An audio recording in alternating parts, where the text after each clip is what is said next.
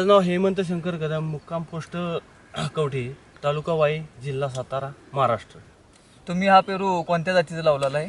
आम्ही हा VNR BE रायपूरचा पेरू आहे. हा डिसेंबर 2015ला लावलेला आहे.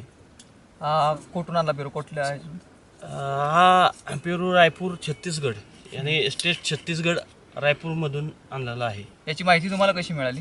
ह्याची माहिती आम्हाला कृषी प्रदर्शनातून भेटलेली आहे. उत्पादन घ्यायला तुम्ही कधीपासून सुरुवात केली?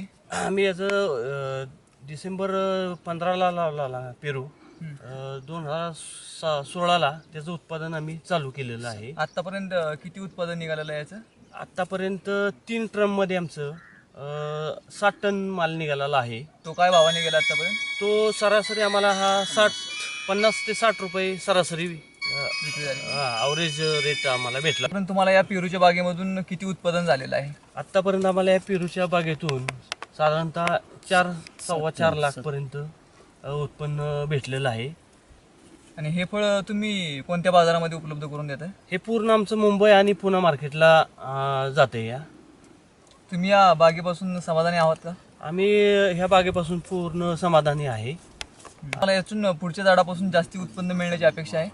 नक्कीच आहे, कारण की ह्यातून आम्हाला चांगला लाभ भेटलेला आहे. अधिक नवीन झाडातून लाभ हा चांगल्या पद्धतीने भेटणार आहे.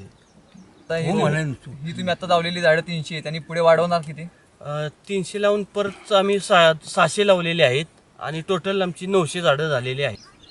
या झाडांच्या संगोपनामध्ये तुम्हाला VNR नर्सरीकडून काय मदत होते? ह्या VNR नर्सरीमधून आम्हाला भरपूर संगोपन आहे.